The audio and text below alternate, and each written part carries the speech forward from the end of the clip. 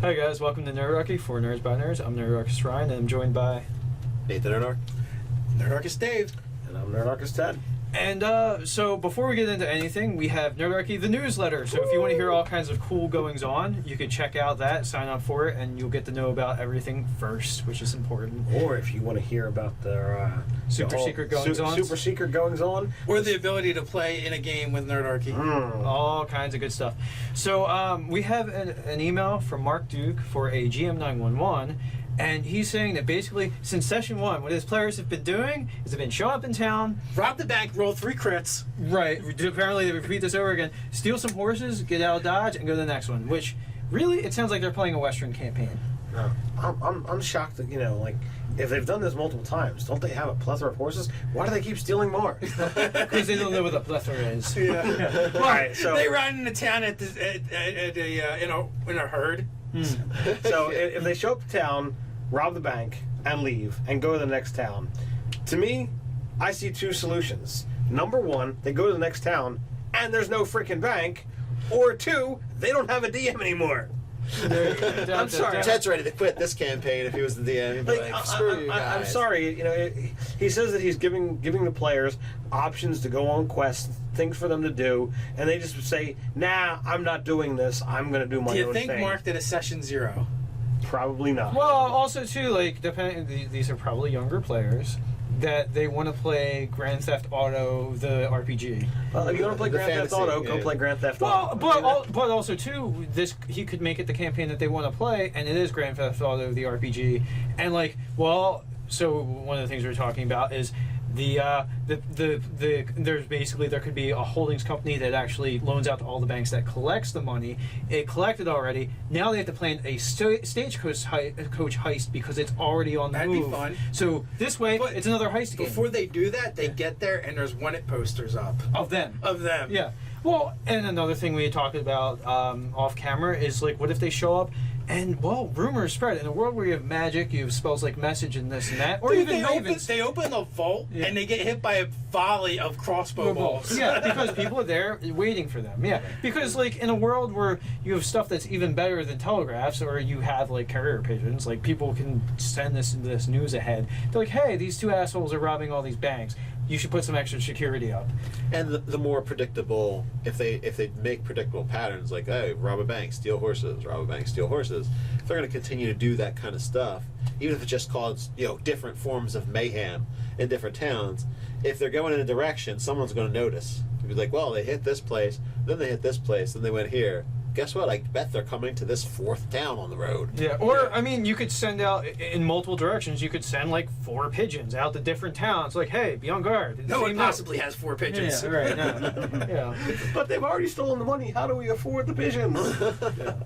No, absolutely. Like, whether they use pigeons, ravens, sending stones, whatever. Like, they might be like, okay, well, Or messengers. Or what's feasible for the next, in the next town for them to go, and they can do a radius and send out to everybody. Or other villains are going to hear about this, and who has a lot of money? These 2 guys are robbing banks. If I find that, I don't have to have the trouble of robbing the bank. I just need to rob the 2 guys that are robbing the banks.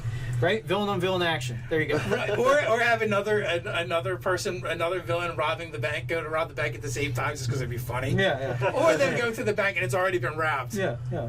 Like they're already the guys are tied up. They just get to the aftermath of the robbery and they're like, son of a. So you can hoist them on a petard in that regard. You can have a thing where like a militia arises to go find these guys from the 3 or 4 towns that they already did. 10 guys from each thing, or they form like a Magnificent Seven sort of situation. Round up a posse. The 7 bounty samurais. hunters. Because you're playing a Western game at this point. Like it should take tropes from Westerns. What if the bank's owned by a criminal organization?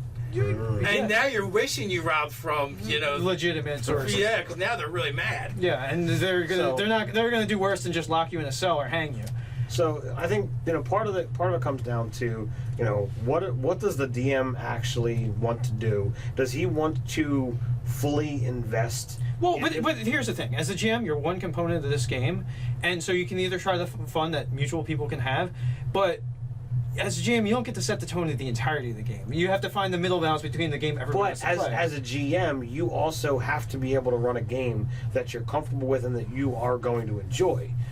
So if he's not happy with this direction, then he needs to rethink it, and he needs to have a discussion with the players and say, look, I've provided this stuff to you guys, and you're not biting on it. What kind of campaign are you guys actually looking for? I don't think you really need to ask. I think you kind of know. You see what they want to do. But so you mean have a conversation with them? You need to about have a conversation with the players and say, look, this is what I put out there. If you're not into it, honestly, what are we looking to do here? And get all the people on the same page. I'm just saying, if the GM can find the fun in this game, then it could be a fun campaign for everything. Like, maybe he's right now too locked into, like, oh, I'm telling this great story that my players don't want to do. And if he can find the fun in the thing that the players want to do, then everybody's going to enjoy the game. Yes, especially if they're kind of more like that Western theme where they're not really, like, murdering everybody, and they're not, like, creating this swath of destruction, and it's still like, hey, everyone's going to be fine, just give up your goods. Like, it's a level of evil that I can actually do with it, and it sounds They're like it could be fun. maybe more anti-hero than, like, it's not like they're villains. They're being, like, anti-hero-ish. It's really like, because there were outlaws that were, like, they were folk heroes. Outlaws were folk heroes in their day too. Like, people, like, admired Billy the Kid and things like that. It sounds like, the way it's worded, it sounds like it could be a fun campaign. It doesn't. If the GM can find the fun in it. Yeah, if the GM can find the fun of it. It doesn't sound like the players have crossed over into the asshole zone yet. And it's just they do this thing, and they rob banks. And, I mean, granted, it's kind of weird to even have banks in a medieval society. Cause Eberron had banks. I mean, so it depends on the game. But yeah, it depends on the game. The smaller towns just aren't going to have them. Yeah, and that's just it. Most D&D worlds do not actually have banks. So banking is a modern invention. But if your world does have it and you're doing it, why not go along with the Western trope, or like Ted said? Dude, you could even encounter a bard that wants to follow you around and, like, chronicle your exploits, like, make songs about it. Because, like, there was, like, folk songs about, like, these Western sort of characters. Yeah, and like I said, as long as they're not getting into the morbidly horrendous stuff, and you keep it lighthearted, and it's more about getting the goods than it is hurting people, then I can see the fun in this game. I love the idea of the stagecoach type heist. The idea of crossing other bad guys who are the nasty type. And of course, if you're doing the stagecoach heist thing, the second or third time they go to rob the stagecoach, and there's a Gatling gun crossbow. There's a guy in there, and he pulls out a wand or as he said, the giant crossbow. So there's plenty of ways to be like, oh, Smith and Wesson across it, and we're actually a gnome and a dwarf. I think there was an article, like maybe a Dragon magazine, where it was like a Smith and Wesson, so it brought like modern weapons into it. But yeah, I would definitely take this fantasy as a lighthearted game. I would, for inspiration, honestly, I would look to like Will Smith's Wild Wild West and that kind of stuff, spaghetti westerns, and like. As a lighthearted game, I think this could be fun to run. Could be fun to play in it. If you can find the fun as the DM, go for it. As long as it doesn't cross, like we said, doesn't cross into that morbidly, disgustingly evil type of campaign, I'd be okay with it. And even if you're going to continue with this type of game, I would have a discussion with my players about what exactly I'm willing to play. Like, this is what you want to do, and I'm okay with that. But here's my line. If we start crossing this line, I'm not interested in playing that anymore. There's going to be some dead PCs showing up. Well, no, I mean, because like you do have to enjoy it as a GM, and like I think maybe if he gets away from telling his story, then he might find the fun in it if he looks at these other angles. And Mark, all the notes you've written. You might just throw them out. No, I'm saying you can put them aside, and when you have another group or someone that's willing to run that story, your work's not wasted. You just come back to that another point. Not only that, you have all these dungeons and encounters. Well, maybe those are the people that stole the gold just before the party that they want to go get. Right. Like, so you just reflavor and repurpose. Like, everything's like a module. You're hiding from people, so you go into this canyon and you fall through a bad ceiling or and whatever. You're in the dungeon. And you're like, oh, this is a dungeon. No. Crap. Crap, there's no banks here. What There's am I no gonna do? banks here? Yeah. You gotta fight monsters for treasure. That's not what I'm about. That's not how we do it. So yeah, there's definitely some ways to reuse that material, and you didn't waste it. It's not stuck.